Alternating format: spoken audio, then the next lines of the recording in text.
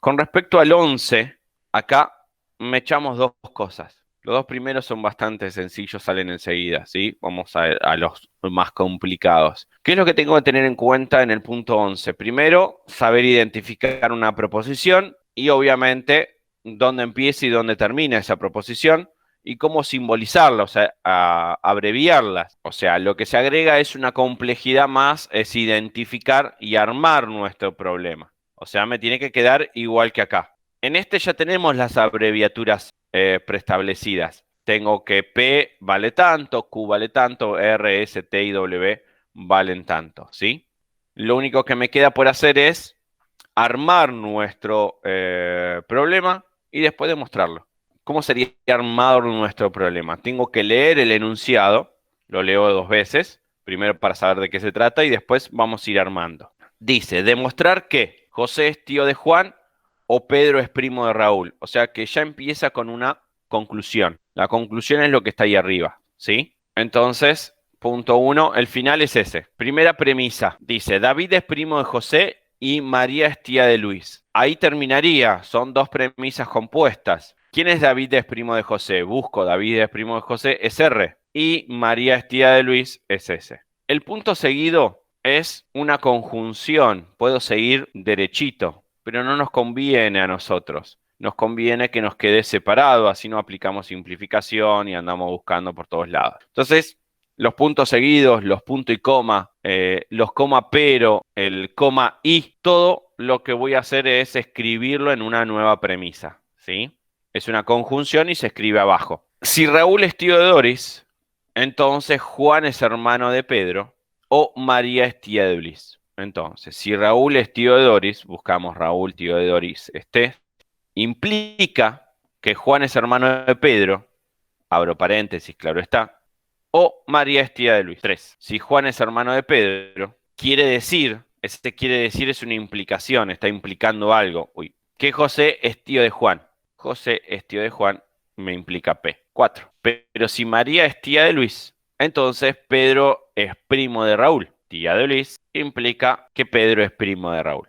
Además, tenemos una más entonces, que si David es primo de José, entonces Raúl es tío de Doris. David es primo de José, buscamos implica que es tío de Doris. Y obviamente la conclusión era lo primero que decía, demostrar que P o Q en este caso. Bien, acá lo mismo. Una vez que armaron esto, verifican de lo que pusieron esté bien, si involucran las letras que pusimos con lo que dice y empezamos a demostrar como en el 10. Ahora se reduce a un ejercicio que hicimos recién, ¿sí? Con la misma complejidad, todo. Estrategia es conseguir P y ampliar. Conseguir Q, ampliar. Sería lo más fácil, lo más rápido, ¿está? Yo acá en el 4 puedo conseguir. También puedo hacer un dilema constructivo entre el 3, 4 y W o S, que lo tengo acá.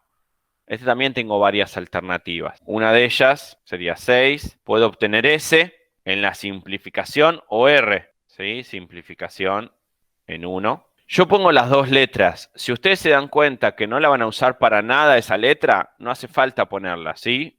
Y si la necesitan, la pueden hacer agregar después. Pero generalmente yo lo hago así, más que nada por costumbre y que si después la necesito ya la tengo. Y ahora sí, por ejemplo, si yo quiero hacer un dilema constructivo, tengo las dos implicaciones y necesitaría la conjunción, perdón, esa no, estas dos. Necesitaría la conjunción de estos dos, o sea, necesitaría W o S, ¿sí? O SW, que se puede hacer con una amplificación en 6 y ya saldría el ejercicio haciendo un dilema constructivo. Tengo P o Q, dilema constructivo entre el 8, el 3 y el 4. La otra opción es con el 6, ¿sí? Conseguir la letra Q con un modus ponens y con Q amplío con P y ya tengo la conclusión. Lo que tengan que tener, obviamente, cuidado es con el armado de las situaciones. En estos primeros ya tienen las abreviaturas. Ahora vamos a elegir los otros que no tengan las abreviaturas, ¿sí? Así lo hacemos completo, que es lo que yo le voy a pedir en el parcial y obviamente en el final, por supuesto. Bien, este ya tengo las abreviaturas. Parece muy largo, pero ya tenemos. Recuerden que las abreviaturas o sea que yo escribo, están todas en afirmativo. Quiere decir, en la parte de arriba dice, la raíz cuadrada de un número negativo no tiene solución a los números reales. Yo la abreviatura la puse en afirmativo. Tiene solución en los números reales. Entonces, empezamos a leer. La raíz cuadrada de un número negativo no tiene solución en los reales si todo conjunto no se contiene a sí mismo. Fíjense que después viene coma i. Ese lo puedo poner seguido o en una premisa nueva. ¿Qué es lo que voy a poner primero y qué voy a poner después? Esto es una implicación. Dice la raíz cuadrada de un número negativo no tiene solución en los reales si todo conjunto no se contiene a sí mismo. Entonces, acá me está implicando algo, pero ¿cuál es el antecedente y cuál es el consecuente? O sea, ¿qué tiene que pasar primero para que pase lo otro? Y acá te lo va a definir este sí que aparece. Es la condición, es el if, dice, que ustedes conocen por ahí, es la condición necesaria para que ocurra una cosa. Si todo conjunto no se contiene a sí mismo, entonces la raíz cuadrada de un número negativo no tiene solución en los reales. El enunciado es como si estuviera al revés. Tengo que tener cuidado en ese sentido porque si no, no va a salir el ejercicio. Sería no Q implica A no P. Si todo conjunto no se contiene a sí mismo, entonces no, la raíz cuadrada no tiene solución en los reales. Siguiente premisa. Si todo conjunto se contiene a sí mismo, entonces el conjunto es abstracto. Perdón. Entonces sería Q implica R. Siguiente premisa, porque viene punto seguida y ese pero. Todo conjunto se contiene a sí mismo o no se contiene a sí mismo. O sea, sería Q o no Q. En consecuencia, por lo tanto, la raíz cuadrada de un número negativo no tiene solución en los números reales o el concepto del conjunto es abstracto. El tema es en el 3. ¿Por qué? Porque dice Q o no Q. Es como si fuera una contradicción, porque estoy diciendo algo y lo estoy negando. Entonces, si es una contradicción, quiere decir que esto es falso. Si es falso, no es una premisa y está mal el ejercicio. Entonces analizamos. ¿Cómo se analiza esto? Con una tabla de verdad, simple, sencillo. Yo digo que todo esto, todo el conjunto así como está, es verdadero. Entonces probamos. Si Q es verdadero, no Q es falso. ¿Sí? Simple. Si Q es verdadero, no Q es falso, lo contrario. En una disyunción, verdadero o falso es verdadero, por la tabla de verdad. Ahora, si fuera al revés, este fuera el verdadero, entonces Q sería el falso. Falso verdadero es verdadero en una disyunción. Entonces, mire por donde lo mire, siempre me da verdadero esta premisa. Entonces quiere decir que está escrita bien. Para que sea una contradicción, tenía que haber escrito esto. Q y no Q. Esto sí es falso, es una contradicción. Por la conjunción. En una disyunción, no. En una conjunción, sí. ¿Está?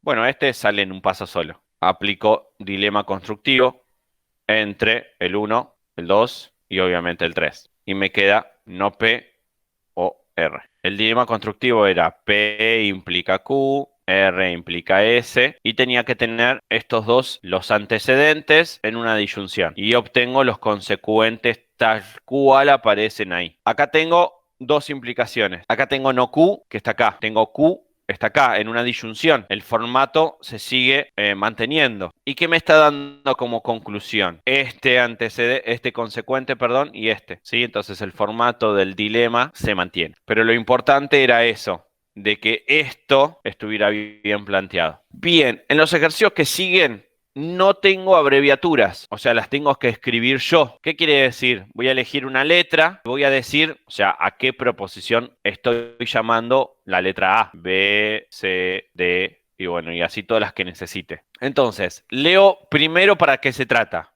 Luego empiezo a escribir las abreviaturas. Y acuérdense que todas las abreviaturas las voy a poner en afirmativo. Si aparece un no, el no lo voy a sacar, lo voy a dejar en afirmativo y después le agrego una. Dice, si el ejército marcha contra el enemigo, tiene posibilidades de éxito. Entonces, el ejército marcha, ¿sí?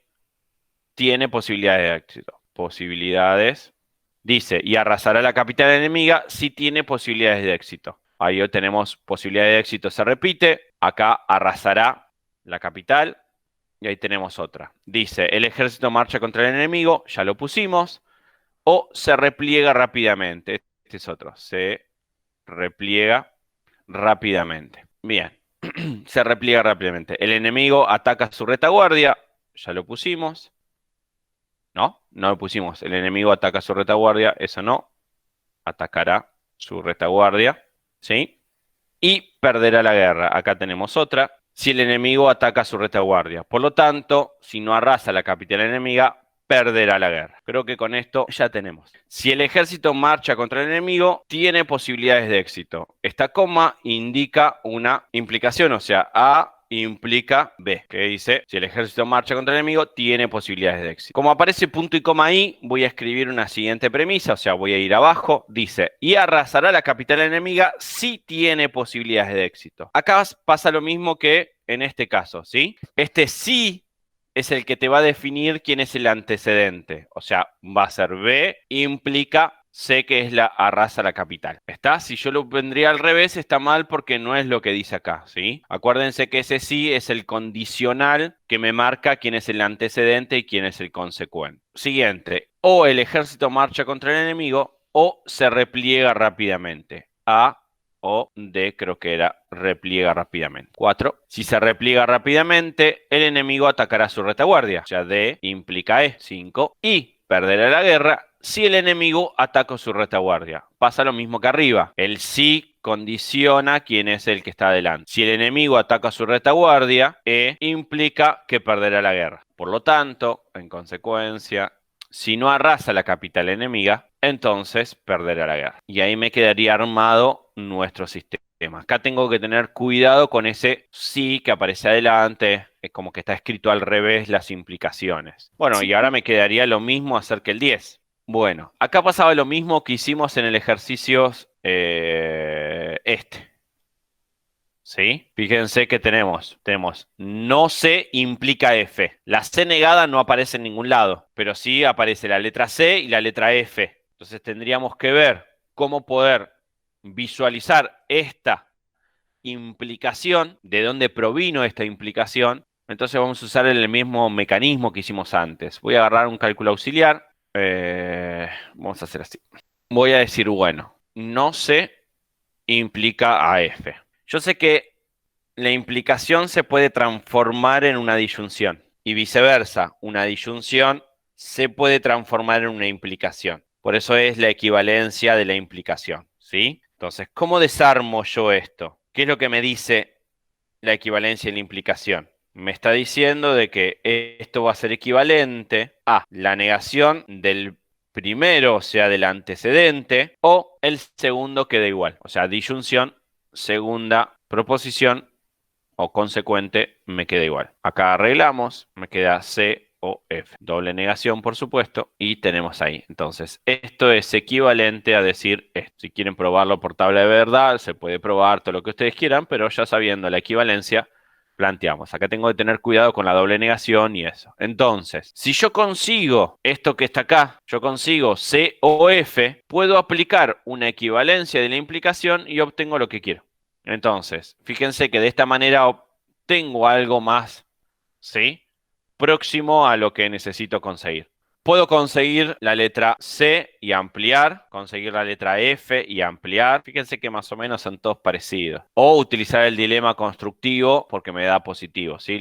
Las situaciones. Entonces, por lo pronto, podríamos conseguir 6. Podría decir A implica C, silogismo hipotético, entre 1 y 2. Entonces, ya tengo una implicación para aplicar el dilema constructivo. Busco la otra implicación, que sería D implica F, silogismo hipotético, entre 4 y 5. ¿Por qué quise poner estas dos? Porque acá en el 3 tengo la disyunción de A y D, que es lo que me pide también el dilema constructivo. Entonces, el 8 voy a formar C o F, dilema constructivo, entre 6, 7 y obviamente el 3. ¿Se puede hacer de otra manera? Sí, se podría hacer de otra manera. Por último es aplicar equivalencia de la implicación para obtener lo que yo quiero. O sea, yo estoy acá, aplico equivalencia y la implicación y obtenemos lo otro. Entonces, vamos a poner no C implica F, equivalencia de la implicación en 8. Entonces, ¿de dónde salió esto? De hacer un cálculo auxiliar para saber cómo está formada esa conclusión. Esto no es parte del ejercicio, lo hacemos para ver, visualizar cómo llegar a lo que tenemos, ¿sí? Y ahí me quedaría formado, ¿sí? Y pasa algo similar al anterior, ¿sí? Tengo que tener cuidado cómo viene el hilo de la conversación, cuál es el antecedente, cuál es el consecuente, ¿sí? ¿Dónde utilizar los paréntesis? Si va antes o va después, ¿tá? Cuando leo, tengo que ver dónde poner los paréntesis. Si los pongo mal los paréntesis, no va a salir el ejercicio. Las abreviaturas primero, para llamarlas de alguna manera. Dice, no es cierto que ahí cuando armemos voy a tener que poner un no y un paréntesis, porque me está negando todo lo que viene después, hasta el punto, ¿no? Por supuesto. Dice, la represa está en peligro o las autoridades no han alertado a la población. Acá dice, las autoridades no han alertado, yo voy a poner las autoridades han alertado. Más que nada, por las dudas que se repita, acá aparece no, y si se repite en afirmativo, no me confundo qué va con no y qué va con sí. Si las autoridades han alertado a la población, entonces los habitantes han abandonado la ribera del río. Abandonado el río, vamos a poner así directamente. Si los alcaldes no han coordinado alojamientos de emergencia, vamos a poner así, entonces los habitantes no han abandonado la ribera del río. Si la represa no está en peligro, ese ya lo pusimos, entonces el invierno no arrecia. Acá vamos a poner invierno arrecia. O hay manejo técnico oportuno. Tenemos otra, vamos a poner W. Manejo técnico. O hay manejo técnico oportuno. Si hay víctimas en la población, entonces las autoridades no han alertado. Y esta es otra, ponemos U. El invierno arrecia, por lo tanto hay manejo técnico oportuno y no hay víctimas en la población. Bien, ahora con todo esto armamos. Punto 1. Así no ando bajando y subiendo. 2, 3. No es cierto que dijimos que abríamos paréntesis, poníamos el no, la represa está en peligro o las autoridades no han alertado a la población. En este caso ponemos no Q. Siguiente premisa. Si las autoridades si las autoridades han alertado a la población, entonces los habitantes han abandonado la ribera del río. Siguiente. Si los alcaldes no han coordinado alojamientos de emergencia, o sea, no X, implica, entonces, los habitantes no han abandonado la ribera del río. Si la represa no está en peligro, entonces, entonces el invierno no arrecia o hay manejo técnico oportuno. Entonces, ¿ves? Ahí tengo que abrir paréntesis, porque esto está implicando dos cosas. El invierno no arrecia, que era T, o hay manejo técnico oportuno, W, 5 y 6 creo que son 2. Si hay víctimas en la población, sería U, implica, entonces las autoridades no han alertado a la población, no Q, si no me equivoco. El invierno arrecia, en este caso es T, y por conclusión, hay manejo técnico oportuno y no hay víctimas en la población. Y ahí me quedaría el ejercicio, que bueno, se resuelve de la misma manera, ¿no? Bien.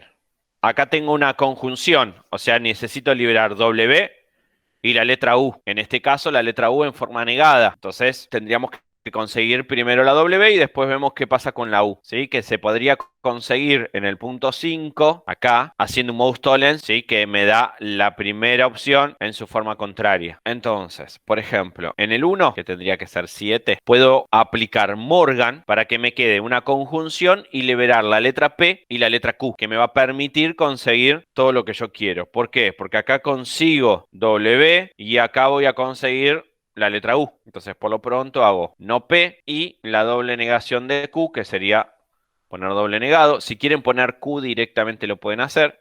Y acá aplicamos Morgan en 1, ¿no? El 8 y el 9, obtengo P, simplificación. Ahora sí puedo aplicar simplificación porque tengo una conjunción en 7. Y acá podemos aplicar también en 7. Si quieren el 10, podemos poner doble negación porque aparece la doble negación en 9. Para que me quede libre nada más. Ahora, por ejemplo, en el 11, lo voy a ¿Se escribir acá. puede no hacerlo? O sea, poner directamente la Q. Sí, sí, sí.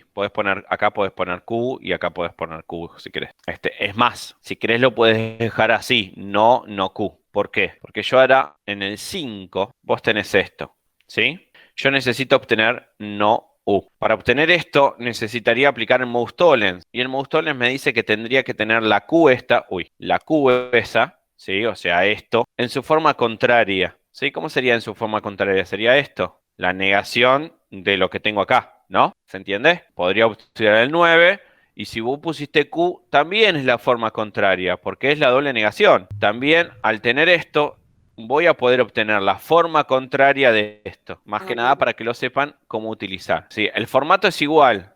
Tengo una proposición acá y acá necesito su forma contraria. Para obtener la forma contraria del antecedente. Si esto estuviera así, acá esto no estuviera. No lo borré para tener eso y para que se vea, Claro. pero les aclaro que es exactamente lo mismo. La utilización es la misma, pero a veces uno no se da cuenta porque busca o está acostumbrado a ver letra por letra. Pero a medida que avancen van a ver, digamos, los formatos. Bien, entonces, ¿qué dijimos? Necesitábamos 11 y conseguíamos la letra U negada, haciendo un mouse tolerance entre, bueno, podemos usar el 9, el 10 y obviamente el 5, el que quieran usar vos. Yo voy a poner el 9 y el 5. Que más que seguro, si vos pusiste la Q directamente, vas a usar el 9 también. Bien, me faltaría conseguir la W. Así después hago una conjunción y listo. 12. La W la vamos a conseguir acá. Necesito conseguir todo esto. Eliminar la letra P para obtener esto. Entonces, acá me quedaría no T o W con un mouse ponens, porque acá tengo esta que se repite, entonces puedo obtener eso. Entonces tenemos entre el 4 y el 8. Y ahora sí, ¿cómo consigo W? Tengo la T negada y acá está en su forma contraria. ¿Para qué quería eso? Para aplicar este silogismo. Tengo una disyunción, tengo no T y necesito su forma contraria. La T es su forma contraria para obtener. Entonces voy a poner silogismo disyuntivo entre este 12 y el 6 que tengo ahí. Y ahí el 14 es la conjunción entre W, conjunción entre 11 y 13. Y ahí me quedaría. Bárbaro.